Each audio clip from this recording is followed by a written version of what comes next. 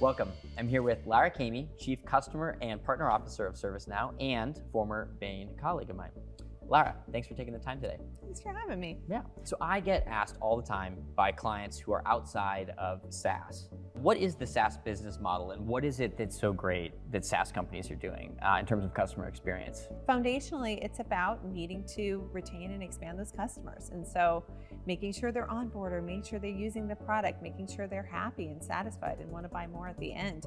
That's foundational to the whole life cycle. At the end of the day, it's always been about customer lifetime value. I mean, what's interesting is that SaaS companies, by virtue of their business model, had to figure it out. And I think regardless of your industry, regardless of your business model, that really matters. It's almost like SaaS companies have put their money where their mouth is in the form of the business model. In terms of companies always talk about delivering, but SaaS companies actually have sort of some skin in the game, so to speak. Yeah, and frankly, I think the bar is being raised by the new consumption model companies, that the hyperscalers, the snowflakes, a lot of the infrastructure software companies are doing that, and that's even more so.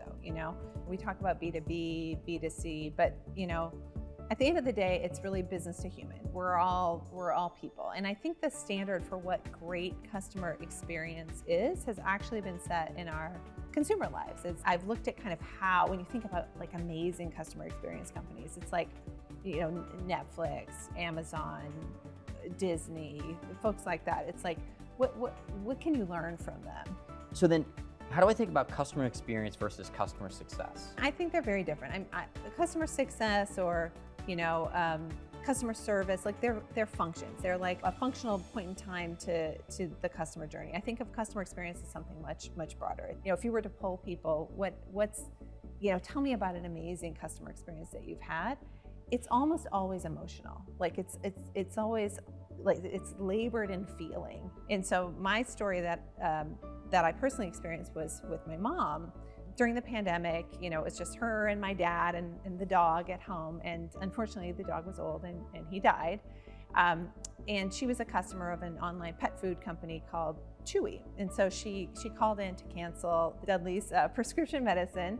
And they took that as a signal. They understood that was a moment that mattered, and they sent flowers to my mom's house, which was incredibly meaningful for her. And since then, with her new dog, she's now a loyal Chewy customer, and I think she always will be because they figured that out, and they knew that emotional experience would cement loyalty.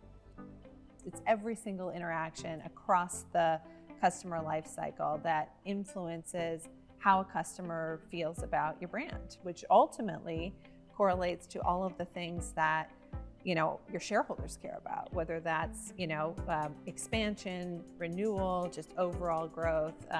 That customer loyalty, the way they feel about you, absolutely matters. What would you say to a company that does not have such a clear quantitative view on the value of customer lifetime value? Does it matter for them? I think it does. I think all of the research around NPS shows that higher net promoter scores correlate with higher growth rates for companies. Everybody's measured on growth, right? And if you have better customer experience, you will likely have higher growth. I think it matters regardless of what industry you're in. If you've got customers, customer experience matters. So then, along those lines, I'd love to hear, what advice would you have for other companies or people in similar situations? They're early on in this customer experience journey. I don't think you can do it without investing in the fundamentals. And so part of that is having a really robust listening program, which includes, NPS, which Bain is very familiar with, as the overarching metric, but also, listening posts kind of across the journey. And then making sure that you have a culture of taking all that feedback and then driving it into action.